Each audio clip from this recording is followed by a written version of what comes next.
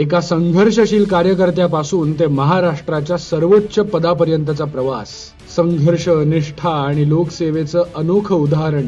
नाव एकच, एकनाथ संभाजी शिंदे. वादळं आली, संकट आली, पण हा नेता मागे हटला नाही.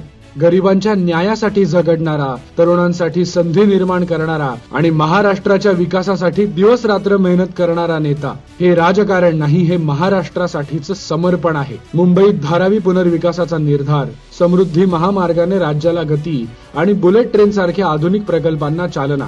एकनाथ शिंदे यांचं स्वप्न स्पष्ट आहे. नव्या महाराष्ट्राचं निर्माण. शेतकरी, कष्टकरी, महिला, तरुण, प्रत्येकाच्या हक्कासाठी झगडणारा हा नेता. ते म्हणतात, लोकांच्या हितासाठी मी कोणत्याही संघर्षाला तयार आहे. महाराष्ट्राचं भवितव्य घडवणं ही माझी जबाबदारी आहे.